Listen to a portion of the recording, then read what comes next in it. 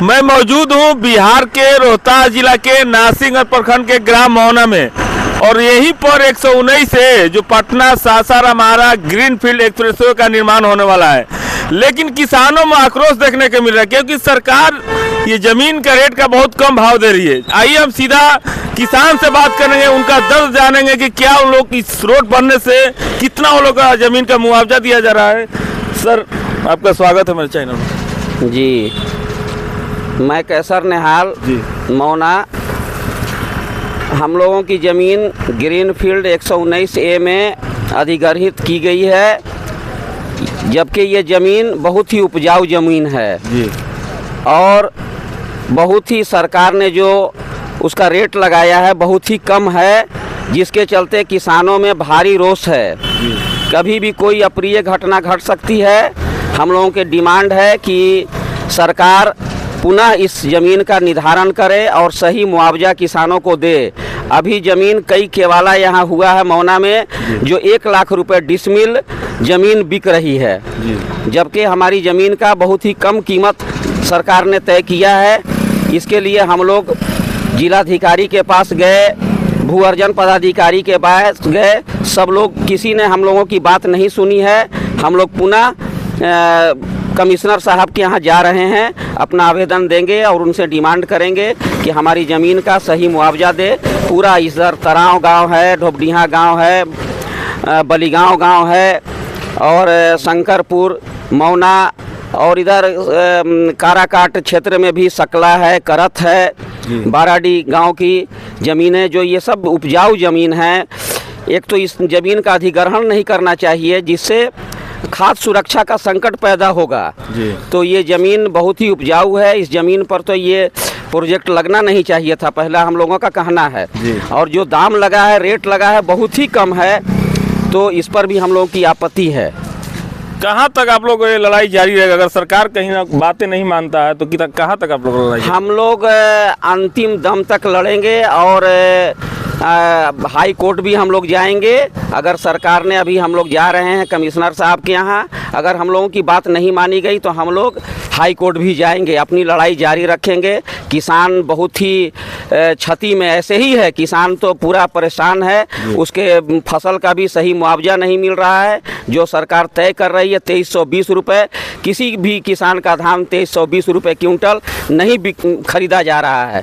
2100 साढ़े 2100 रुपये किसान का धान औने पौने बिचौलिए खरीद रहे हैं। तो किसान बहुत ही क्षति में है, नुकसान में है और ऊपर से उसकी ज़मीन जो बहुत ही उपजाऊ ज़मीन है, जरखेज ज़मीन है, ये सब छोटे छोटे किसान हैं, यही ज़मीन उनकी जीविका का साधन है, जिससे उनके परिवार जीते हैं और उस पर आश्रित हैं। और उस ज़मीन को रोड में अधिग्रहित की जा रही है और दाम कम दिया जा रहा है। तो हमारी लड़ाई जारी है और हम लोग अंतिम दम तक लड़ाई लड़ेंगे।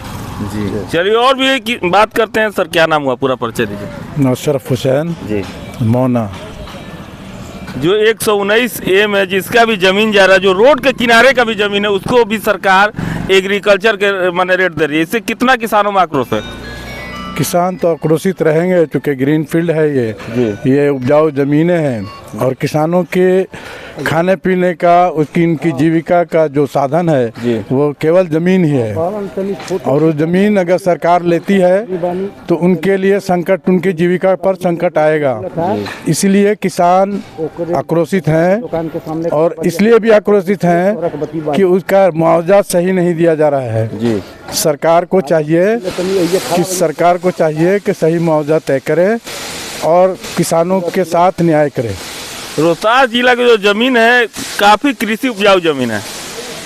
हाँ, ये धान का कटोरा कहा जाता है। पूरे बिहार में रोहतास जिला धान के कटोरा के नाम से जाना जाता है।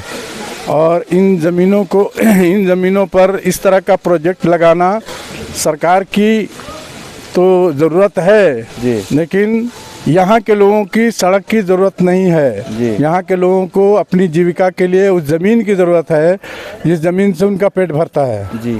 अब अगर सरकार ज़मीन ले रही है तो सरकार उसका मुआवजा सही तय करे।